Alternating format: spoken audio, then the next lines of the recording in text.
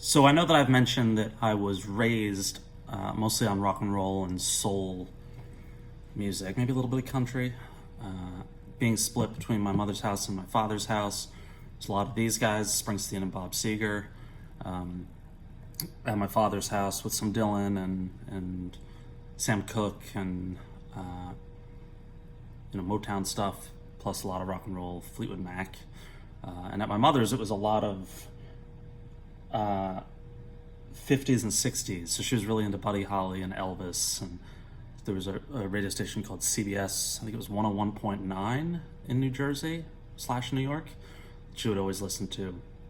And she turned me on to the Everly Brothers, Buddy Holly, as I mentioned, and sort of merged the two up until that's really what I listened to. I got into Neil Young and Springsteen and the Stones, the Beatles,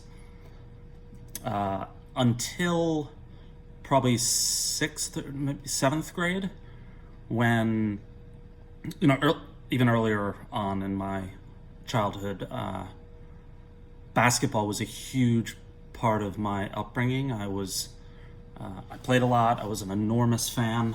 I started off as a Lakers fan and then asked my brother for approval to be a Knicks fan. And he gave me the okay. So I became a Knicks fan, I don't know, somewhere around 6th grade or something. Or Mark Jackson was one of my earliest favorite players. And 6th, 7th, 8th grade, basketball and baseball, but primarily basketball, I played every day. I played on our school team, played first year in high school, and then quit because I had too much anxiety on the court. I could once I got to high school, I could, in practices, I'd be, I don't want to say dominating, but I'd be one of the best players on the team, and then when the game came, I just folded. So I gave up basketball. I actually started coaching basketball. I coached little kids, fourth grade to 8th grade for 3 years. That was a blast. I also refereed basketball for many years. And right around this time, when my grade school, when we moved up to high school, we merged with another town in northern New Jersey, and I started to become friends with folks from the town over, mostly around basketball. And I can primarily attribute my interest in early hip-hop to my friend Dan, who I have just recently got back in touch with. I was texting with him last night because we were talking about some early documentaries on some high school basketball teams from New Jersey and New York, a team from St. Anthony's that was one of the greatest high school teams ever.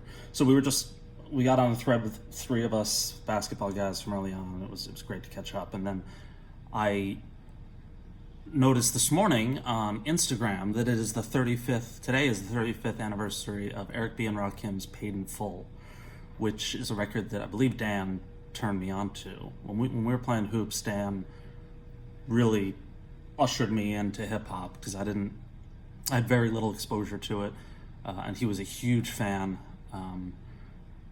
So from probably 1986, 7, 8, 9, so 6th grade through freshman year in high school, I listened to tons of hip-hops, mostly on cassette. And I've been, over the years, trying to collect those records, my favorites from that period on vinyl, because I still love the music. I'll get into it in a second, but I sort of lost hip-hop. There's a couple acts that I've liked in the last 20, 25 years, but I've mostly just stuck to listening to early hip-hop. So I'm just going to show a few here. Some are on CD.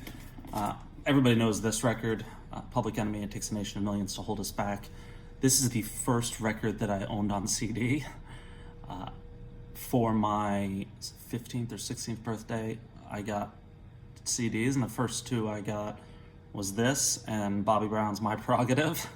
Can't say I listen to that much anymore, but this record changed. Man, talk about seeing the world and the country in a different way. This record had a profound impact on me, still does. When I play this all the time. It's definitely one of my favorite records of all time, but more importantly, a record that opened my eyes to so much. Chuck D spoke at my college when I was there. I missed it. I think I was out of town for some reason. I was really bummed. I saw Public Enemy at Austin City, or at South by Southwest a number of years ago. They were tremendous. And then I also saw them in Denver at a festival. I think they played that, yeah. But this record, I had it on cassette. I still have the cassette. I remember I lost the insert to the cassette, so I photocopied it from a friend and colored in all the green and gold and blue and black and red, and I still have that cassette. I wish I would have dug that up for this video, but this is where it really got started. And then this record, this is a bunch of 7 inches, but the Boogie Down Productions record, South Bronx, as well as, I think it was called Criminal Minded, the record. These records had huge impact on me, played them all the time. It was right around the same time as I discovered Dougie Fresh, who was my favorite hip-hop artist, who I found a vinyl record of his not long ago, but I can't find it. It's misplaced somewhere in my collection, so I wasn't able to grab it to display.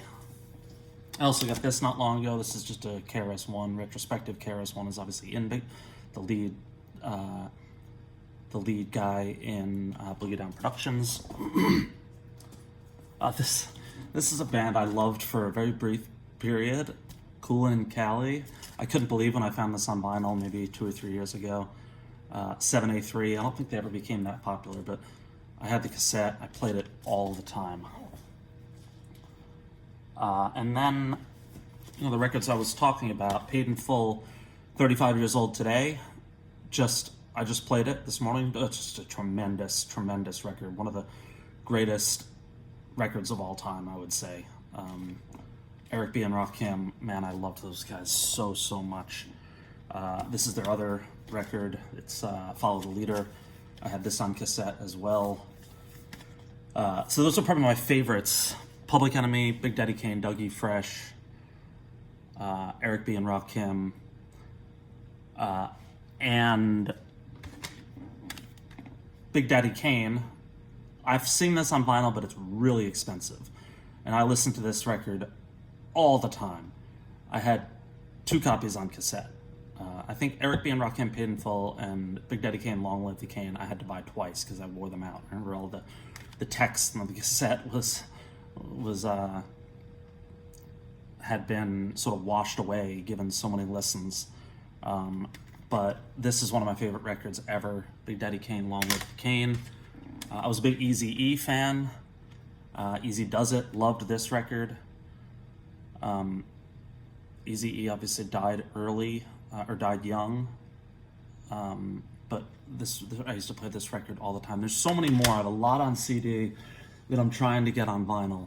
But those are really the key ones that I loved. And just to talk a little bit about post that period, this is a record that I love, Nas's Illmatic, which came out in 94. So this was after I sort of moved back into classic rock. Right around the time I was discovering Uncle Tupelo, 94, which we all know, or have said a million times, changed my life. Sorry for the cough. Scratchy throat. And just in terms of present day, I love Run the Jewels. I listen to their records all the time. I am a bit of a fan of Kendrick Lamar, but haven't really gotten into him as much as I thought I would. Because I know he's very revered, and I need to listen to the new one a little bit more. But again, my interest in hip hop just isn't what it used to be, with the exception of going back to those records that I still absolutely love. But this Run the Jewels, all the Run the Jewels records I love. Kanye, some of his early stuff I like, but it never really took to it. I think it was a moment in time for me, similar to sort of how jazz has become a moment in time for me now. But I would be curious, and I'm going to ask my buddy Dan this: if you have present day hip hop, rap records, or even in the last 20 years that you love, put them in the comments, because I'd be very interested in exploring some more. So that's it. I have a record that I wish more people know about, but this is about one topic, which is hip hop rap in the '80s. So let's just leave it at that. I couldn't find a record in that genre that I wish more people knew about, but you can pick up any of the ones that I just mentioned. Boogie Down Productions. I would say this one, Big Daddy Kane, Long Live the King. Give this a spin. Hope you all have a good weekend. I will. We're almost at 1,000 subs. If it's me. I'm trying to make it sound like it's I guess it is a group effort. But as I mentioned, we now have 8 days. I need 25 more subs, and if we get to it, I'll give $1,000 to Backline. This isn't a call for subs. I'm not. Well, it is, but I was just trying to find some fun way of donating music, because if we don't get to 1,000, I'm still going to donate $1,000 to Backline at the end of the month. And the drawing for the Wilco Yankee Hotel Foxtrot 2 LP set will be on or around the 15th. As I mentioned, anybody who comments on any videos from when I announced that, which is, I believe, my last video, through to the 15th, through to the day that I do any video up until the 15th. If you comment, I will put your name in a hat, and I will pull one out, and somebody will get the reissue that's due in September, the 2 LP set. That's it. I hope you all have a good weekend, and I'll talk to you soon.